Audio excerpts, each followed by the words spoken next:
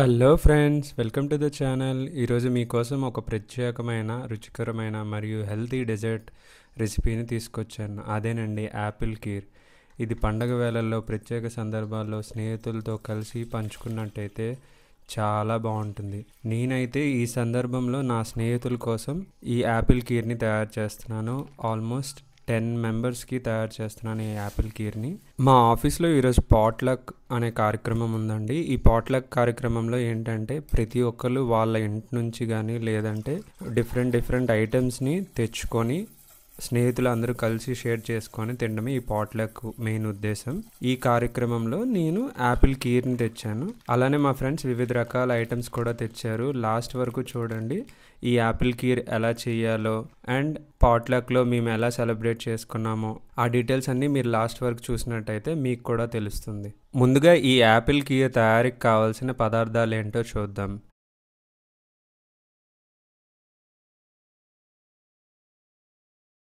చక్కెర లేదా బెల్లం, నేను ఇక్కడైతే చక్కెరనే వాడాను. అలానే నెయ్యి ఒక 2 టేబుల్ స్పూన్లు, యాలకుల పొడి, కిస్మిస్, కాజు, బాదం మీకు నచ్చినవిని యాడ్ చేసుకోవచ్చు. అలానే కుంకుమ పువ్వు ఉంటే ఆప్షనల్, జస్ట్ కలర్ కోసం అండ్ టేస్ట్ కూడా బాగుంటుంది, ఉంటే యాడ్ చేసుకోవచ్చు. అండ్ పిస్తా ఏమైనా ఉన్నట్టయితే డెకరేషన్కి బాగా హెల్ప్ అవుతుంది. మీకు నచ్చిన డ్రై నట్స్ని నేను చూపిస్తున్న విధంగా చిన్నగా కట్ చేసుకున్నట్టయితే పాయసంలో యాడ్ చేసుకోవడానికి ఈజీగా ఉంటుంది.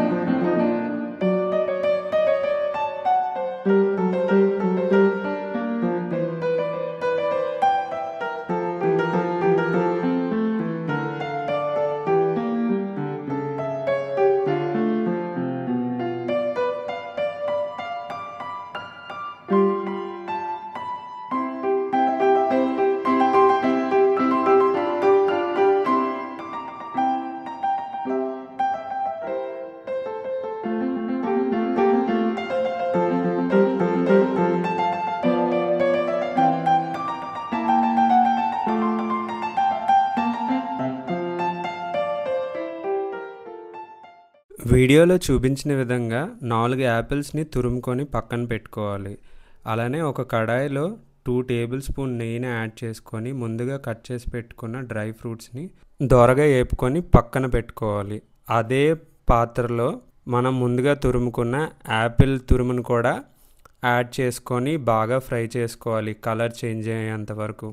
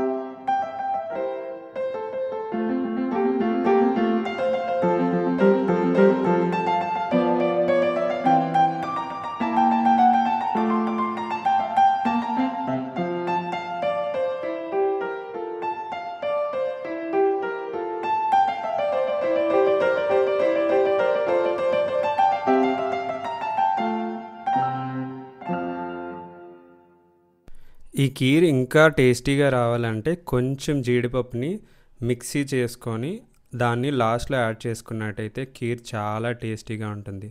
చూశారు కదా, కలర్ చేంజ్ అయింది. ఈ స్టేజ్లో మనం ఒక పెద్ద గిన్నెతో పంచదారని యాడ్ చేసుకోవాలి. స్లోగా యాడ్ చేసుకొని కలుపుతూ ఉన్నట్టయితే మొత్తం పంచదార బాగా స్ప్రెడ్ అవుతుంది. ఇలా లో ఫ్లేమ్లో ఒక 5 మినిట్స్ కానీ మీరు ఫ్రై చేసినట్టయితే షుగర్ అంతా కరిగి క్యారమెల్లా తయారవుతుంది. చూడ్డానికే చాలా టెంప్టింగ్గా ఉంటుంది.